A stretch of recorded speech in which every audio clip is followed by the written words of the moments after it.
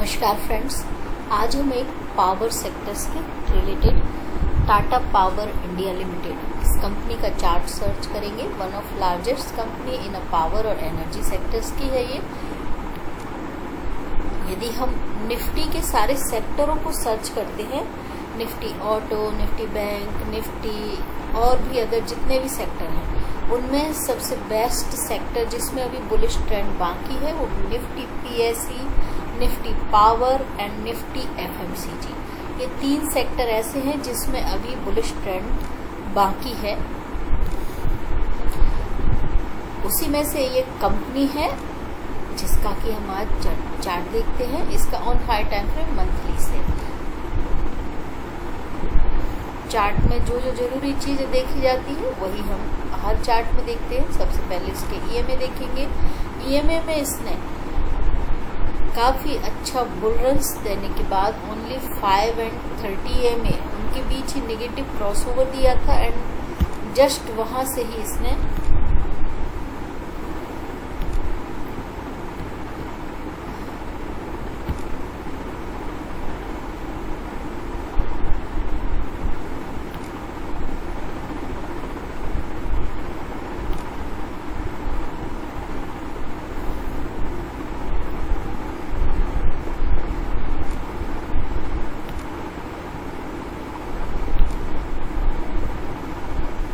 And 30 EMA इन दोनों के बीच positive crossover भी कर लिया। काफी बुलिश ट्रेंड है, बुल रन्स में है।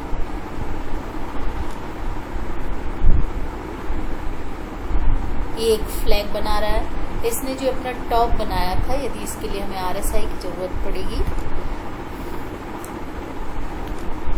RSI हमें इमीडिएट ट्रेंड दिखा देता है। MACD हमें फ्यूचर में होने वाले ट्रेंड के बारे में बताता है।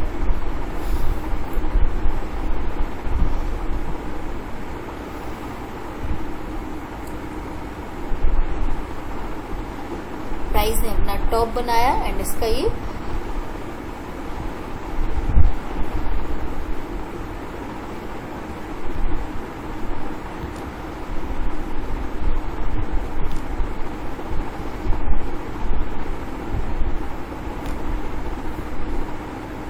दोनों इंडिकेटर्स में यदि हम MACD पे देखते हैं तो ये इसका टॉप है। RSI में देखते हैं तो यहाँ पर एक डाइवर्जेंस दिखाई दे रहा है जिसकी वजह से करेक्शन आया। एंड MACD यदि देखते हैं तो करेक्शन की कोई वजह नहीं थी। यदि और इस करेक्शन को देखते हैं, ये करेक्शन में है क्या, तो ये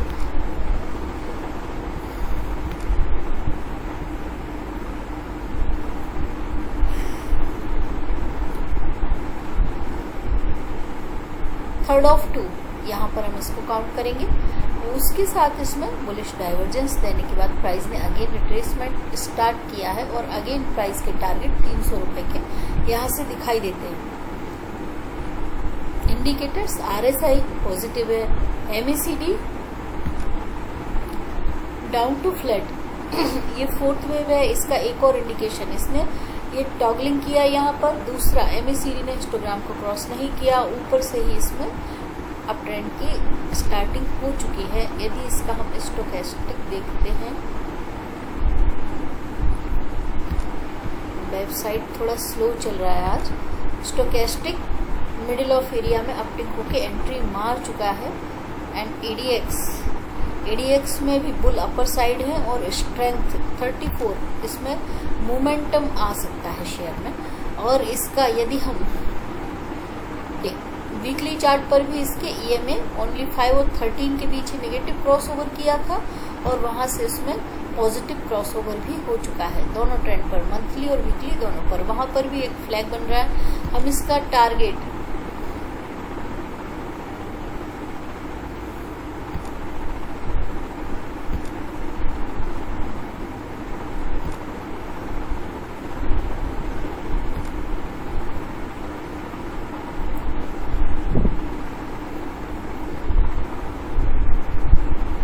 वीकली ट्रेंड पर यदि हम इसका RSI देखते हैं तो वहां पर पहला डाइवर्जेंस यानी थर्ड और फिफ्थ बन चुका है। मेन फोर्थ वेव है, जबकि मंथली और वीकली पर अलग अलग फोर्थ वेव, थर्ड और फोर्थ दिखाई भी नहीं देता, यहाँ पर दिख रहा है। यहाँ पर भी ये थर्ड और फोर्थ है, तो इसका टारगेट सीधा आएगा यहाँ।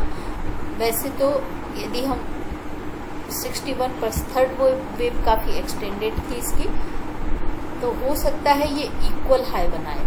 और यदि एक बार यहाँ पर आने पर 300 रुपये पर वॉच करना पड़ेगा। वहाँ से भी यदि ये आगे निकलता है तो फिर इसका नेक्स्ट टारगेट 350 रुपये का होगा। यहाँ से ऑलमोस्ट 130 रुपये ऊपर के टारगेट दिखाई देते हैं इसमें। और डेली चार्ट पे जाएंगे, अब हम डेली चार्ट पर जाकर देखते हैं। तो ये नया इम्पल्स यहाँ से इसने कब स्टार्ट किया है अपना,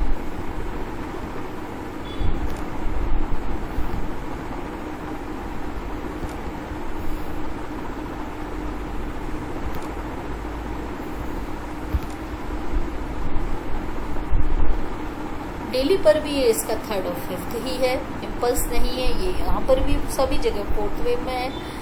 और यहाँ से भी इसके टारगेट सेम 300 रुपये के और 350 रुपये के।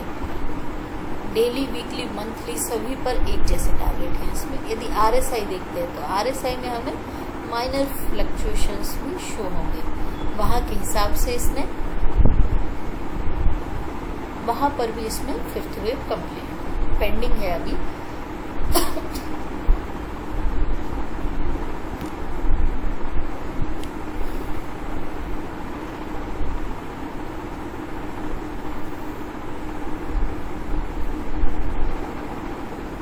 इस इम्पल्स की स्टार्ट जो इसने यहाँ से किया, वहाँ पर इसने खाली फ्लैग बना के टाइम करेक्शन देके न्यू इम्पल्स स्टार्ट किया था। तो यहाँ से इसका 2 वेव यहाँ इसके साथ आएगा। तो वहाँ से यदि वेव 2 के वेव 1 बहुत छोटा था, जिसके कारण इसका वेव 2 भी बहुत नज़दीक ही है, हल्का सा डिप मारा था इसने, उसके साथ इसमें डाइवर्जेंस भी हमें दिखाई दे रहे हैं। तो हमारे टारगेट और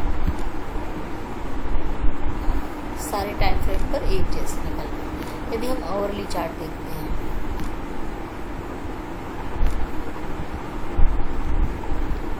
तो आवरली चार्ट में हमें करंटली बाय करना चाहिए या नहीं करना चाहिए, अथवा ट्रेडिंग करना है तो उसके लिए किस तरीके से करना चाहिए, वो हमें आवरली चार्ट पर इसने एक इम्पल्स कंप्लीट किया यहाँ पर, एंड अगेन 1 और 2, उस पर हमें लगता है कि 217 के करीब मिल सकता है हमें।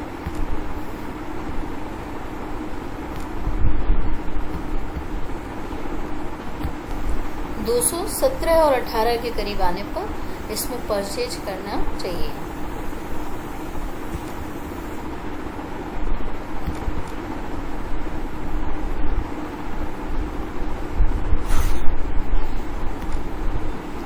इसका स्टॉप लॉस भी क्लियरली 217 रुपये पर ही है, जहाँ पर यदि वो लेवल टूटते हैं तो फिर इसमें काफ़ी डीप करेक्शन आएगा। फिर ये जो 200 DM टच करने ये आ सकता है, जो कि 212 रुपये पे आता है। तो हमारे स्टॉप लॉस भी हमें मिल गए। एक पहला हमारा ट्रेडिंग स्टॉप लॉस 217 रुपये एंड रियल स्टॉप लॉस 211 रुपये पे रखना चाहिए। उसको यदि 200 DM तोड़ता है तो फिर इसमें काफ़ी करेक्शन डीप हो सकता है। फिर ये फोर्थ वेव के डिप तक 202 रुपये तक आ सकता है। ये ट्रेडिंग प्रोस्पेक्टिव से, यदि हमें इसमें शॉर्ट टर्म या लॉन्ग टर्म इन्वेस्टमेंट के लिए चाहिए तो यहाँ पर इसमें डेली पर एक बहुत beautiful inverted head and shoulder इसमें बन रहा है चार्ट पैटर्न में,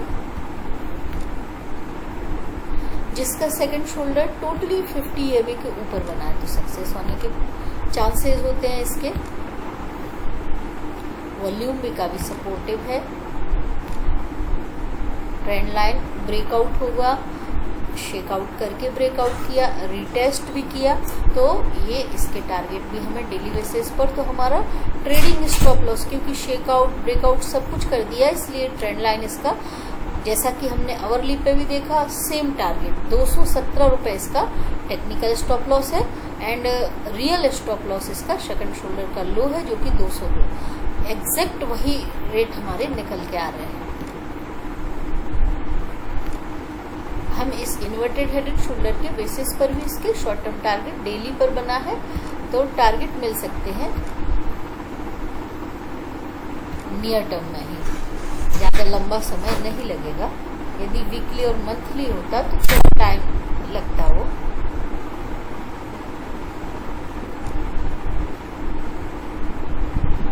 के बेसिस पे इस पर 250 रुपये के टारगेट निकल के आते हैं। नमस्कार फ्रेंड्स, प्लीज़ आप लोग मेरे वीडियो को लाइक कीजिए, शेयर कीजिए एंड सब्सक्राइब कीजिए। Thank you so much.